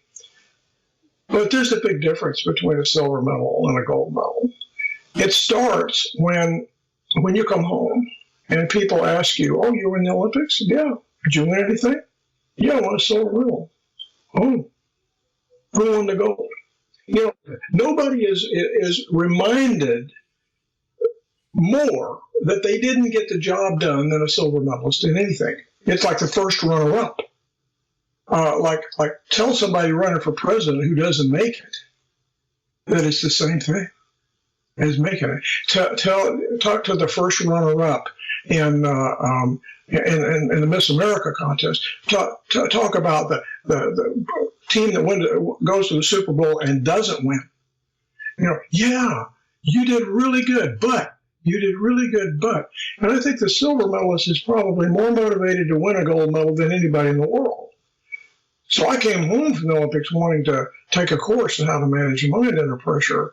And when I couldn't find one, I realized that I didn't really need sports psychology. I needed to know how to win. And what happened that you were able to self-diagnose during that silver medal performance? What did you know that you were doing wrong that you needed to go find the fix? Well, it was pretty obvious. Your practice scores are better than the tournament scores. You didn't forget how to shoot when the day you went into the tournament. You forgot how to think. You weren't thinking the same way in the tournament that you were thinking in practice. So obviously it had to do with your mental game. But I needed to know, okay, I know I'm not mentally strong. I know I'm not delivering in tournaments like I was shooting in practice. But how do I fix that? First of all, I had to find out. I knew it was mental, but I didn't know exactly what was wrong. I wanted to take a course. I wanted to find somebody to tell me what's the answer. So it wasn't until I made a decision that I'm going to interview Olympic gold medalists to find out what they're doing different than what I'm doing. Now, rifle shooters are not going to tell me anything because I'm a threat to them. But other sports I found were more open. So for the next 2 years, I interviewed Olympic gold medalists and world champions of all kinds of sports to find out what they were doing about the mind and what they were thinking and what's different about these guys. And I found out that 95% of all winning is accomplished by 5% of the participants. And the major reason those 5% win all the time is the way they think. I started seeing some patterns develop. I started to realize there's a system to this, and it's not being taught, and I didn't know it. And so I connected the dots, created a system, and first opportunity I had to use it was the World Shooting Championships in 1974, and I ended up winning 3 world titles there and walk away with 15 medals. 8 of them were gold, 4 world records. And I'm number 1 in the world. 2 years later, go back to the next Olympics. I've got mental management now. I've got my system. And now I'm in the same position that Jack Ryder was in 4 years earlier. I'm favored to win. I've won all the pre-Olympic competitions. I'm a silver medalist in the previous Olympics, just like he was. But because I have this training, because I have a system, I was able to win the gold medal in '76, and then 2 years later won a world championships. Again, we have world championships in shooting are every 4 years. So you have a world title every other year available in the sport. And so for about 6 years, I pretty much dominated my sport because I solved the problem, and the problem was the mental game. Looking back on that, I think the best medal I ever took was a silver in 1972, because the silver medal gave me mental management. It gave me this incredible opportunity to teach this program to other people. And next year we'll be in our 40th year of teaching mental management to folks. Let's break some of that apart. So you've got this great book out called With Winning in Mind. People should check that out because we can't cover everything in the book today. But I think one of the big picture issues that you break apart is process versus outcome. And it seems like in my world too that this is it. The people that figure out that the process is where you want your focus to be. And if you're sitting around thinking to yourself, I just need to hit a home run, I need to hit a home run, you're never going to hit the home run. But if your process of what you need to do each time when you step into the box is to have the right kind of swing and prepare, et cetera, then you've got a chance. Why don't you, from your perspective, talk about process versus outcome? All right. First question you have to ask yourself is, how important is consistency? Well, consistency is everything. If you take a sport like golf, because we teach many of the top PGA Tour pros, our program. And you talk to a PGA Tour player, and you say, this is a sport of variables. Probably more variables on an athlete in golf than in any other sport. Well, in a sport of variables, anything that you can make a constant is a huge advantage. My sport was a sport of constants. There's almost no variables. When the target's the same size, it's always 50 meters away, at 10 rings the size of an eraser on a pencil. The only real variable in my sport was the wind. But in a sport of constants, anything that's a variable is a big problem. So consistency is huge. Consistency is super important in business. You want to have consistency, you got to think about this, that outcome is a variable. It'll always be a variable. And you can't control it. You can't control what other people do. You can't totally control what you do, because there are variables that affect score. And score is in itself is a variable. If you want to have a mental process, that you want a mental consistency, you're going to have, it's got to be a function of something that can be defined. Well, what can be defined is what you think about before, during, and after a task. Now, if that task is hitting a baseball, or that task is shooting a 10, or that task is hitting a golf shot, it's possible, and we teach people how to do this, how to determine the optimum thing to think about before the shot, during the shot, and after the shot. And once you come up with a mental process, which is a method, a way of thinking, when you determine the optimum things to think about, then all you have to do is train this optimal thing till it becomes like you to do it, till you master it. And you'll know that you're achieving mastery when you don't have to think about it anymore. You get to the point where it's impossible for you not to do it. One of my favorite quotes, and I don't know who said this, but if I could ever find out, I would quote them every time, is that amateurs practice till they can do something right, and pros practice till they can't do it wrong. Well, that's mastery. Till you do it so often, so much, that you can't do it wrong. So I teach my tour players to develop a system that yields consistency. What you're thinking about is the process, is the mental process. Now, everybody has a routine, which is what you're physically doing, but I teach people how to have a mental process. What are you thinking about while you're physically doing that? Now, this is so important. If you ask every Olympic athlete out there, or every tour player, or everybody that in a sport or even business, and ask them what percentage of what you do is mental, you're going to get a huge number back. The most common number I get is 95%. In my sport, 95% mental. You ask them a second question. Well, since you've been doing it, if you spend 90% of your time and money on the mental game, they're going to say no.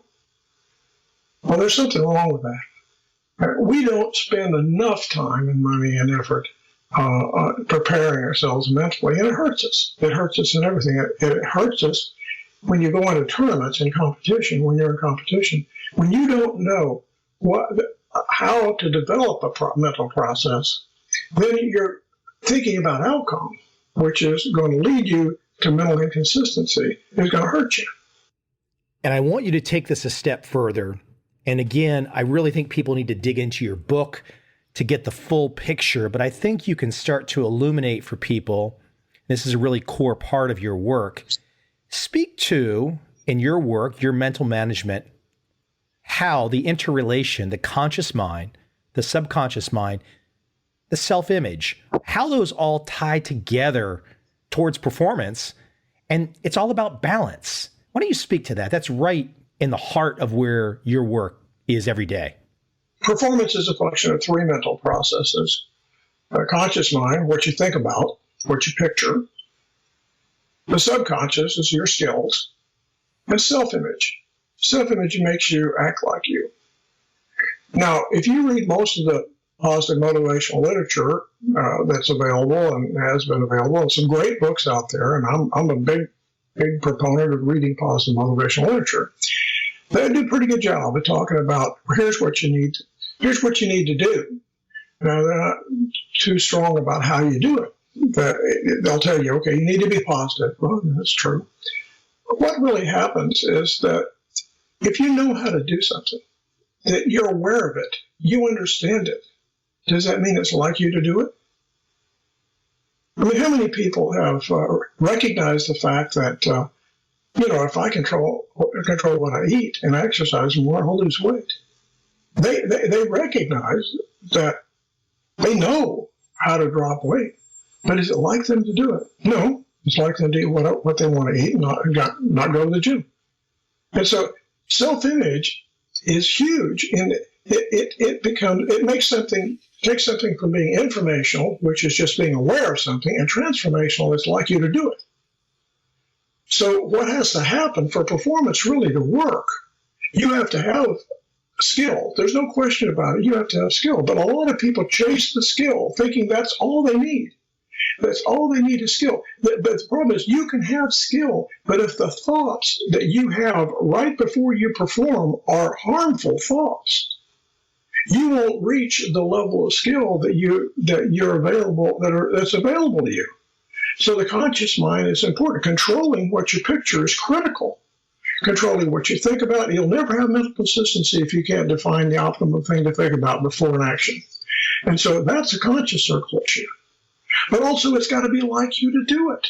It's got to be like you to train. It's got to be like you to be confident in tournaments. It's got to be like you to do these things. Your training has to become, when you learn something new, it has to become transformational, not just informational, and that requires a change in your self-image. And self-image changes through imprinting. When people, the most important thing that I discovered in all of this research that I've done and all the conversations that I've had with the top 5% all my life, two most important things that I have learned. The first one is the self-image connection. That if it's not like you, you're not going to do it. This, it has to do with attitude, it has to do with confidence and all that kind of stuff. But basically, what was really important to me in self-image was this idea of how does the self-image change? I mean, I had a self-image was I'm not good at sports. That's the self-image that I had, and therefore I was going to be good at anything because that's who I was.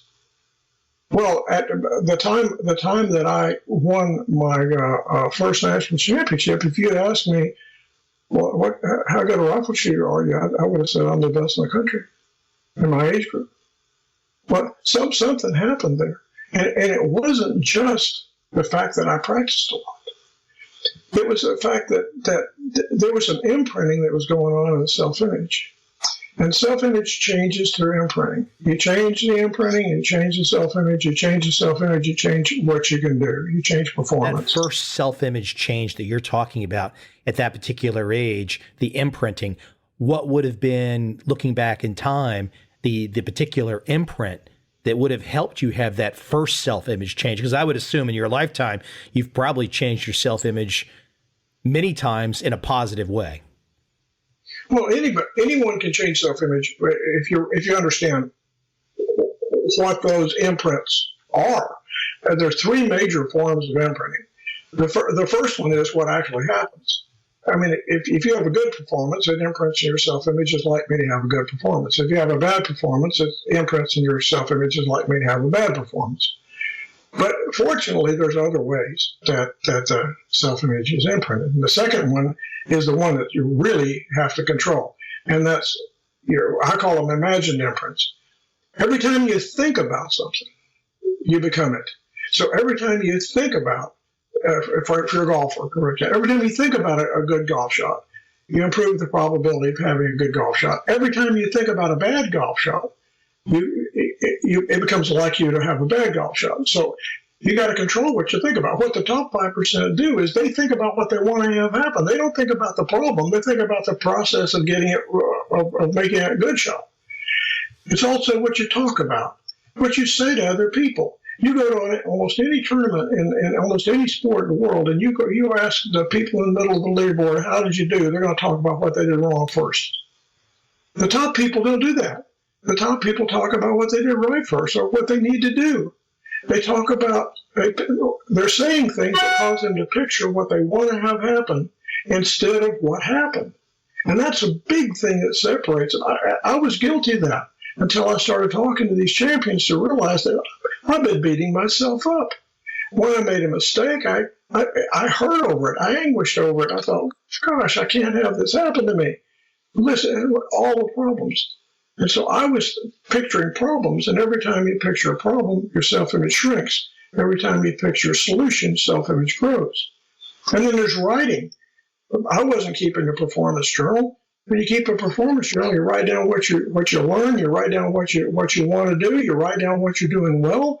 You're improving the probability by writing that your self-image is growing, and writing produces more self-image growth than thinking or talking about it. Self-image changes through what actually happens, what you think about, talk about, write about, and the people that you're around, the environment that you're around. If you're around positive people, you tend to be positive. If you're around jerks, you tend to be a jerk.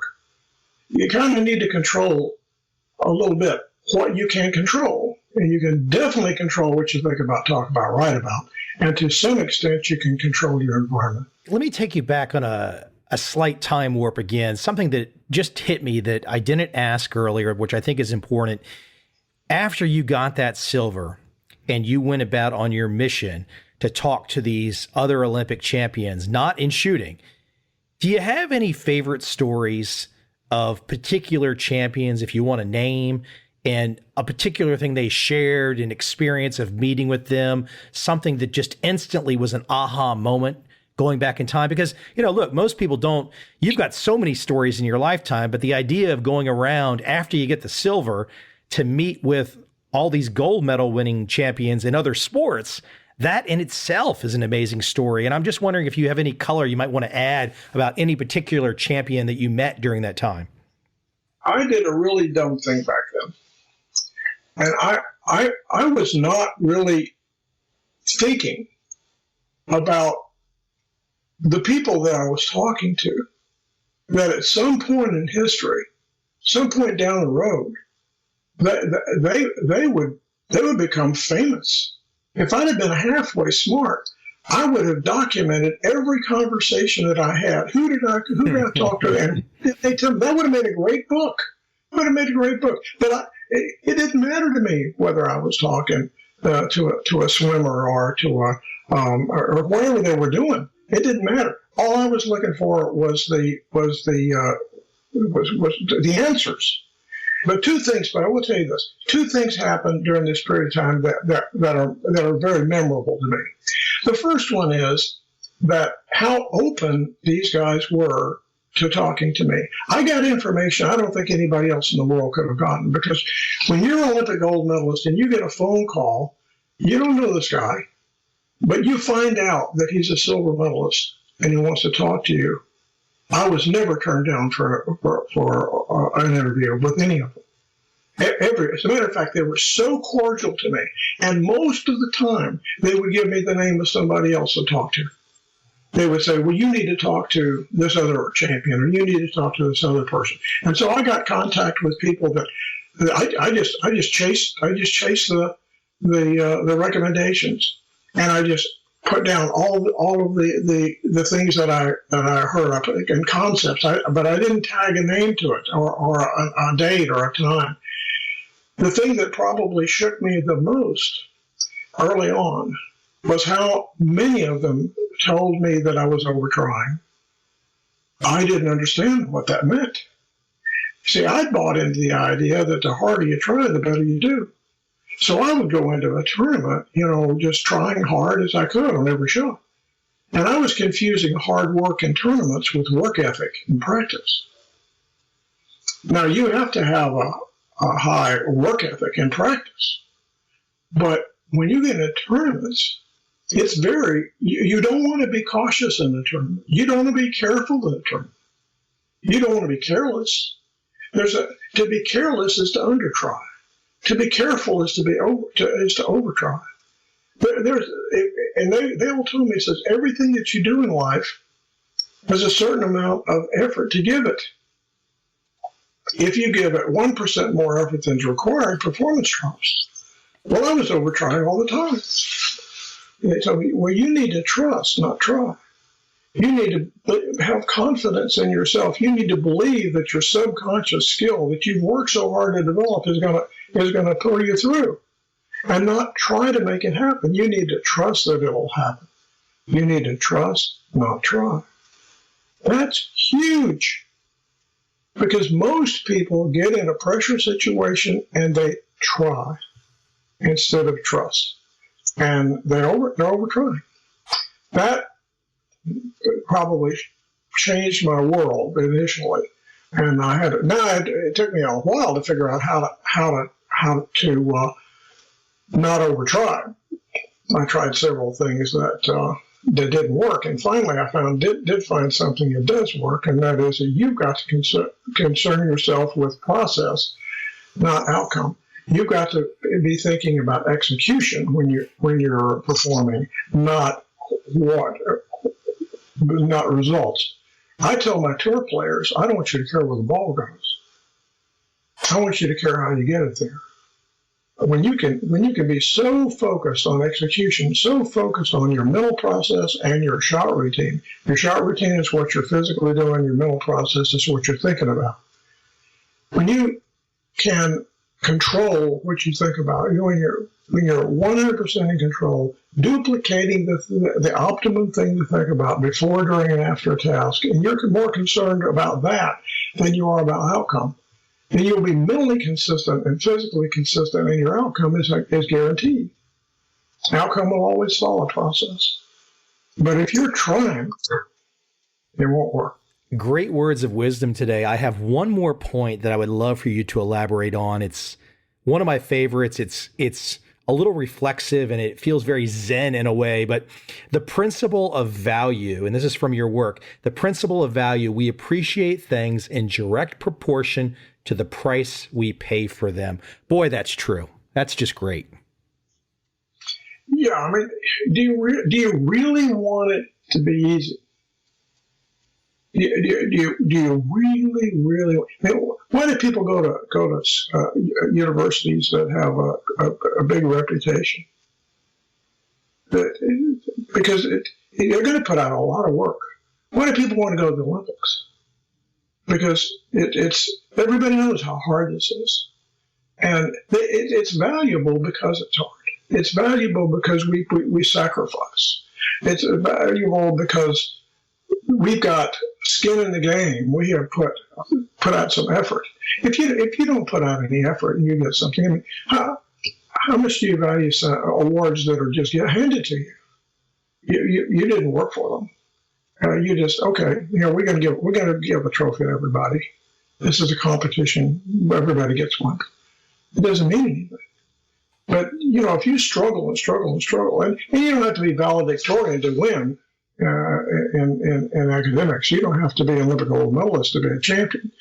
You just need to make sure that when you perform better than you have ever performed in your life, when you're going to value that because you've put out so much to get there. And I just feel like that people appreciate things in direct proportion to the price they put. And when that's the reason why free seminars, how much you pay a whole lot more if it really hurt you to go take that lesson, you're going to pay attention. If you have to sacrifice to be there, and it's not just money, it's time. A lot of our clients that come to us, they're sacrificing. They got to find a couple of days in their calendar. They've got to pay some travel time to get to our courses, and they pay attention because they've got something in it. But if I'm asked to go speak to some organization and I'm at their location and somebody else paid the bill, guys in the audience don't seem to be quite as attentive. And it makes sense, doesn't it? That's a great point, really. That's a great point. I can't keep you, Lanny. The book is everywhere with winning in mind. Where can we send people? What's the best website, Lanny? Well, the best website to go to is mentalmanagement.com. Our focus today, my focus today, Mike, is to put these principles into schools, into public schools, into private schools. And we have a new program where it's called What the Winners Know. If you want your kids to have this program in their high school, to give us a call, to contact us. And there's some information on that website, mentalmanagement.com, about What the Winners Know, a course that your kids can take in high school as an elective in their schools. We're so excited about this because everybody that comes to our courses, they all say the same thing. I wish I'd have known this sooner. And I said, well, that's fine. Let's make it happen. So we've developed a curriculum, and it's being used in high schools now. And we're so excited about getting this information out to the young people of America so that it'll help them not only in their sport, but in academics and in their vocation in the future. Lanny, I appreciate you taking some time today. I think everyone is going to enjoy this. It's always nice to hear some of this type of wisdom from someone who has reached the highest reaches of their particular profession. And, a gold medal does instantly tell people, as you've said today, and it really says, hey, you put the time in to get to the top, and you've figured out a lot of lessons that I think we can all take to heart. So I really appreciate you taking the time today. Well, thanks, Michael. Appreciate the chance to talk to you.